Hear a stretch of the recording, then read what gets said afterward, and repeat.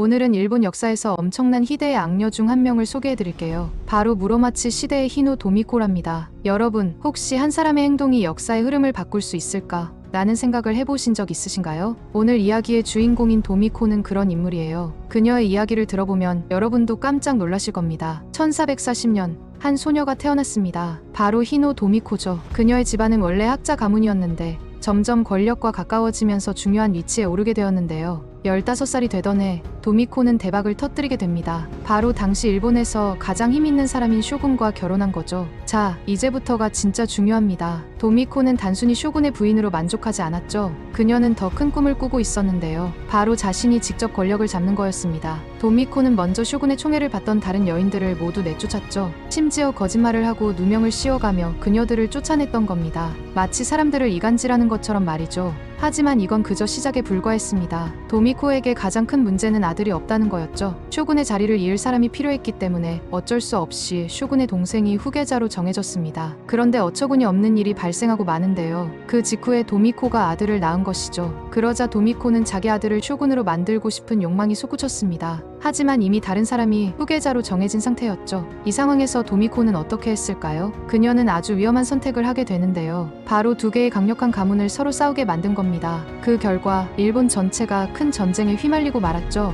이 전쟁은 온인의 난이라고 불립니다. 11년 동안이나 계속된 아주 긴 전쟁이었죠. 이 전쟁으로 인해 일본의 수도 교토는 완전히 망가졌습니다. 마치 태풍이 지나간 것처럼 도시가 초토화가 되었죠. 하지만 도미코는 이런 상황에서도 자신의 이익을 챙기는 데에만 관심이 있었는데요. 전쟁 중에 도미코는 돈을 빌려주고 높은 이자를 받는 사업을 했습니다. 심지어 쌀을 사재기에서 비싸게 팔기도 했죠. 자기 때문에 온 나라가 전쟁통에 고통받고 있는데 돈벌이에만 신경 쓰고 있다니 정말 제정신이 아닌 여자였던 겁니다. 원인의 난은 단순한 전쟁이 아니었습니다. 이 전쟁으로 인해 일본의 정치 구조가 완전히 바뀌게 됩니다. 쇼군의 권위가 무너지면서 각 지역의 영주들, 즉 다이묘들이 자신들의 힘을 키우기 시작했죠. 한편 전쟁이 끝난 후에도 도미코는 계속해서 권력을 유지하려 했습니다. 그녀는 아주 영리한 방법을 사용했죠. 먼저 그녀는 교토로 들어오는 길목에 관문을 설치하고는 이 관문을 지나가려면 돈을 내게 만들었던 겁니다. 이렇게 해서 도미코는 엄청난 돈을 모았죠. 또한 도미코는 정치적으로도 매우 영리했는데요. 그녀는 항상 강한 사람 편에 섰죠.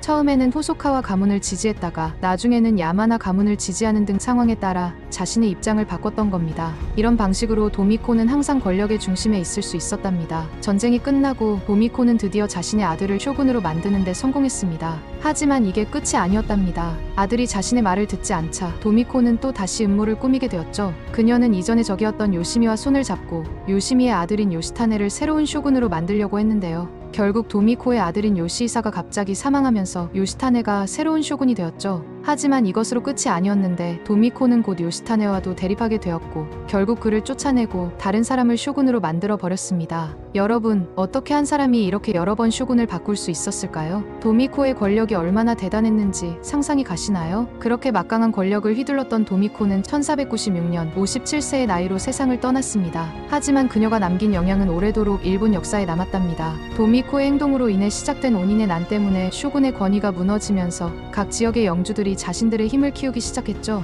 이로 인해 일본은 전국시대라는 새로운 혼란의 시기를 맞이하게 되었습니다. 전국시대는 약 100년 동안 지속되었죠. 이 시기 동안 일본은 끊임없는 전쟁과 혼란을 겪게 되는 암흑기를 보내게 됩니다. 하지만 동시에 이 시기는 일본 문화가 크게 발전한 시기이기도 했죠. 다도, 화도, 그리고 능악과 같은 전통 예술이 이 시기에 크게 발전했답니다. 권력의 눈이 멀어 일본 역사를 뒤흔들어 놓았던 일본 3대 악녀 중 대표격인 히노도미코에 대한 이야기였습니다. 역사의 흐름 속에서 여성들의 이름이 두드러지게 기록되는 경우는 사실 그리 많지 않습니다. 그러나 간혹 그 이름이 역사에 깊이 새겨진 여성들이 있었는데요. 특히 악녀라는 이름으로 기억되는 이들은 더욱 그렇죠. 중국에는 여태우, 서태우, 측천모라는 3대 악녀가 있고 우리나라에도 장녹수, 정난정, 장희빈이라는 3대 악녀가 있습니다. 일본 역시 예외는 아니었는데요. 일본의 3대 악녀 중 한 명으로 꼽히는 요도도노. 그녀의 이야기 속으로 들어가 보겠습니다. 요도도노, 그녀의 본명은 차차였습니다. 1569년 오미국 오다니성의 영주 아자이 나가마사와 그의 아내 오이치 사이에서 장녀로 태어났죠. 어머니 오이치는 당시 최고의 권력자였던 오다 노부나가의 여동생이었습니다. 차차는 어릴 적부터 뛰어난 미모로 유명했는데 이는 전국에서 손꼽히는 미인이었다는 어머니를 닮았기 때문이라고 합니다. 그러나 차차의 어린 시절은 순탄치 않았습니다. 1573년 외삼촌인 오다 노부나가가 오다니성을 공격해 함락시켰고 그녀의 아버지는 스스로 생을 마감하고 말았죠. 이후 차차는 어머니와 두 여동생과 함께 오다 가문의 보호 아래 살게 되었습니다. 하지만 1582년 혼노지의 변으로 오다 노부나가가 세상을 떠나게 되자 그녀의 어머니는 오다 가문의 중심이었던 시바타 가스이에와 재혼하게 됩니다. 차차는 어머니를 따라 기타노 쇼성으로 거처를 옮겼지만 이곳에서의 생활도 오래가지 못했죠. 1583년 하시바 히데요시와의 전투에서 패배한 가스이에가 오이치와 함께 목숨을 끊어버리면서 차차와 두 여동생은 또다시 보호자를 잃게 된 것입니다. 이후 차차와 그녀의 여동생들은 승자인 히데요시의 보호 아래 들어가게 됩니다. 히데요시는 차차의 두 여동생을 다른 영주들에게 시집 보냈지만 차차만은 계속 곁에 두었죠. 그리고 1588년 히데요시는 마침내 20세가 된 차차를 자신의 측실로 삼았습니다. 본인 의지는 아니었을 수도 있겠지만 따지고 보면 어머니의 원수와 결혼한 것이죠. 어쨌든 그녀는 1589년에 히데요시의 첫 아들인 츠루마츠를 낳게 됩니다. 후계자 문제로 고민하던 히데요시에게 이는 더할 나위 없는 기쁨이었을 것입니다. 히데요시는 차차에게 요도성을 하사했고 이때부터 그녀는 요도성의 마님이라는 뜻의 요도도노로 불리게 되었습니다. 요도도노가 히데요시의 총애를 받게 된 데에는 여러 이유가 있었다고 합니다. 우선 그녀의 뛰어난 미모가 한몫했을 것입니다. 또한 일설에 의하면 히데요시가 요도도노의 어머니 오이치를 사모했었다고 하는데 어머니를 닮은 요도도노를 보며 그 마음이 옮겨갔을 수도 있겠죠. 어떤 이유에서였든 요도도노는 히데요시의 15명이나 되는 측실 중에서도 가장 총애를 받는 위치에 오르게 되었습니다. 그러나 불행히도 츠루마츠는 1591년에 겨우 2살의 나이로 세상을 떠나고 말았죠. 아들을 잃은 슬픔도 잠시 1593년 요도도노는 다시 히데요시의 아들을 낳았습니다. 두 번째 아들이 바로 도요토미 히데요리였죠. 이로써 요도도노의 지위는 더욱 확고해졌고 그녀의 권세는 정실부인인 코다인에 뒤지지 않을 정도가 되었습니다. 그러나 요도도노를 둘러싼 소문도 끊이지 않았는데요. 당시 히데요시는 이미 50대 후반의 나이였고 그동안 다른 부인들과의 사이에서 자식을 얻지 못했었기에 요도도노가 낳은 아이들이 정말 히데요시의 자식인지에 대한 의혹이 제기되었던 것입니다. 특히 오노 하루나가라는 가신과 요도도노의 관계를 의심하는 이들도 있었습니다. 이러한 소문에 격분한 요도도노는 소문의 출처를 찾아 가차없이 처벌했다고 합니다. 1598년 9월 도요토미 히데요시가 세상을 떠났습니다. 이때 요도도노는 겨우 5살이었던 아들 히데요리를 데리고 오사카성으로 거처를 옮겼죠. 히데요리의 후견인으로서 요도도노는 사실상 오사카성의 수장이 되었고 정치와 인사 문제에 깊이 관여하기 시작했습니다. 그러나 어린 히데요리를 중심으로 한 도요토미 가문의 지배체제는 오래가지 못했는데요. 히데요시 생전에 가장 강력한 영주로 성장해 있던 도쿠가와 이에야스가 점차 세력을 키워가고 있었기 때문이죠. 1600년 세키가하라 전투에서 이에야스가 승리를 거두면서 도요토미 가문의 입지는 더욱 좁아졌습니다. 요도도노는 이러한 상황을 타개하기 위해 여러 가지 노력을 기울였는데요. 도요토미 가문의 부흥을 위해 각종 신사와 사찰을 새로 짓거나 보수하는 등의 활동을 펼쳤죠. 그 중 하나가 1614년에 완성된 호코지 대불전이었습니다. 그러나 이 대불전의 범종에 새겨진 글귀가 문제가 되어 이에야스와의 갈등이 격화되고 맙니다. 이에야스는 범종의 글귀가 자신을 저주하고 도요토미 가문의 부흥을 기원하는 내용이라며 트집을 잡았죠. 요도도노는 이를 해명하려 했지만 이에야스는 오히려 요도도노를 인질로 요구하거나 히데요리의 이주를 강요했습니다. 결국 이 사건을 계기로 도쿠가와 가문과 도요토미 가문의 충돌은 피할 수 없게 되었죠. 1614년 겨울 이에야스는 대군을 이끌고 오사카성을 포위했습니다. 요도도노는 전장에 나가 병사들을 독려하기도 했지만 정작 총대장인 히데요리를 데리고 나오지 않아 비난을 받기도 했는데요. 결국 요도도노는 이에야스에게 화해를 요청하게 되고 잠시 평화가 찾아옵니다. 그러나 이 평화는 오래가지 못했습니다. 1615년 이에야스는 다시 오사카성을 공격해 결국 함락시켰고 이로써 도요토미 가문은 완전히 몰락하고 말았죠. 폐색이 짙어지자 요도도노는 아들 히데요리와 함께 생을 마감했다고 전해집니다. 그녀의 나이 48세였습니다. 요도도노의 생애는 그야말로 파란만장했습니다. 어린 시절 아버지를 잃고 어머니마저 잃은 그녀는 시대의 소용돌이 속에서 살아남기 위해 몸부림쳤죠. 그 과정에서 그녀는 때로는 잔인하고 때로는 무모한 선택을 하기도 했습니다. 그래서 그녀는 일본의 3대 악녀 중 한 명으로 불리게 되었을 것입니다. 그러나 흥미롭게도 2017년 일본에서 실시된 가장 좋아하는 전국 시대의 여성 설문조사에서 요도도노는 4위를 차지했다고 합니다. 이는 시간이 흐르면서 그녀에 대한 평가가 조금씩 달라지고 있음을 보여주는 것일지도 모릅니다. 오다 노부나가, 도요토미 히데요시, 도쿠가와 이에야스, 이렇게 전국시대 최고 권력가 3명 모두와 악연이 깊었던 요도도노에 대한 이야기였습니다.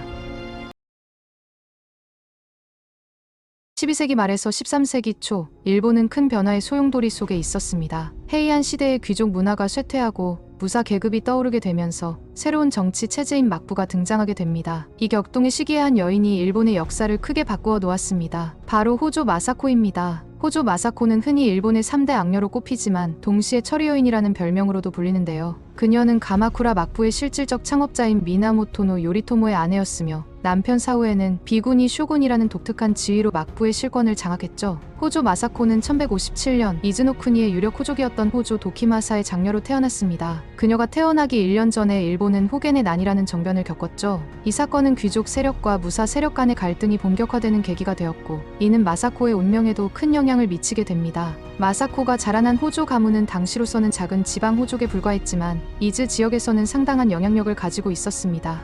어린 시절의 마사코는 아마도 이 지역의 정세와 권력의 역학관계를 일찍부터 배우며 자랐을 것입니다. 마사코의 인생을 바꾼 결정적인 사건은 그녀가 22세 때 일어났습니다. 당시 이즈 지역으로 유배온 미나모토노 요리토모를 만난 것입니다. 요리토모는 헤이지의 난 때 패배한 미나모토 가문의 후계자로 다이라 가문에 의해 이즈로 유배된 상태였습니다. 마사코의 아버지 도키마사는 요리토모의 감시역을 맡고 있었죠. 그러나 마사코는 요리토모를 처음 본 순간 이 남자다 라고 생각했다고 합니다. 당시 여성으로서는 상상하기 힘든 대담함으로 마사코는 요리토모에게 적극적으로 접근했죠. 그렇게 마사코는 요리토모와 은밀히 사랑을 나누게 되었고 첫째 딸 오이메를 낳았습니다. 이 사실을 안 도키마사는 다이라 가문의 보복이 두려워 마사코를 다른 집안과 혼인시키려 했지만 마사코는 한밤중에 몰래 도망쳐 요리토모가 있는 절로 가버렸죠. 결국 도키마사는 두 사람의 결혼을 허락할 수밖에 없었습니다. 이 결혼은 단순한 연애 결혼이 아니었는데요. 마사코는 요리토모의 재기를 위해 호조 가문의 군사력과 재력을 동원했고 이는 요리토모가 후에 막부를 세우는데 결정적인 역할을 하게 됩니다. 1180년 마사코의 남편 요리토모는 다이라 가문 타도를 위한 거병을 시작합니다. 이때 호조 가문은 군사와 물자를 아낌없이 지원했고 이는 요리토모의 세력 확장에 큰 도움이 되었죠. 요리토모는 여러 전투에서 승리를 거두며 세력을 확장해 나갔고 1192년에는 조정으로부터 세이타이 쇼군의 지위를 받아 명실상부한 일본의 최고 권력자가 되었습니다. 이로써 가마쿠라 막부가 공식적으로 수립되었고 마사코는 미다이도코로라는 칭호를 받아 막부의 정실 부인이 됩니다. 하지만 마사코의 역할은 단순한 쇼군의 아내에 그치지 않았습니다. 그녀는 뛰어난 정치적 감각과 판단력으로 요리토모를 보좌하며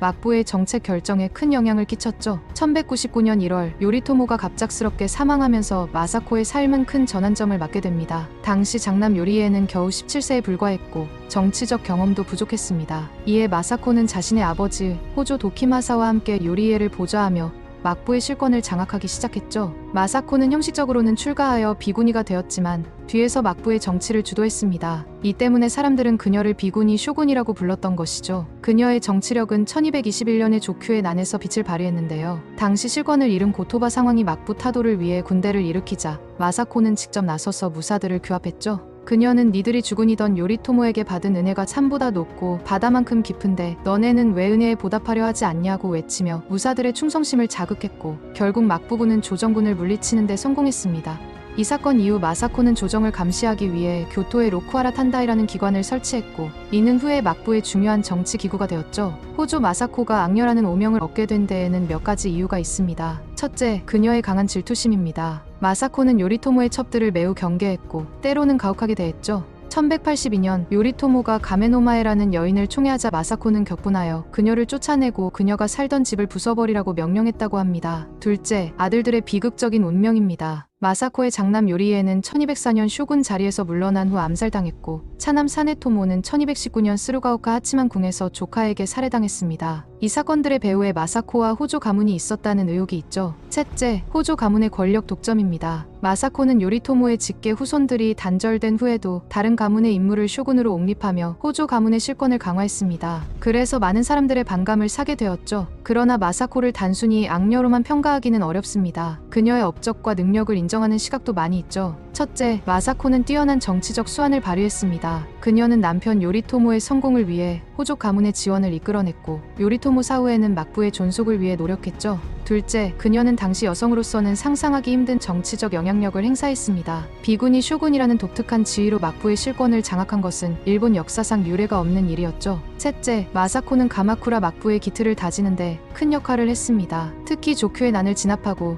로쿠하라 탄다이를 설치한 것은 권력을 전국적으로 확대하는 계기가 되었죠. 지금까지 일본 3대 악녀와 여걸 사이의 평가가 왔다 갔다 하는 호조 마사코에 대한 이야기였습니다.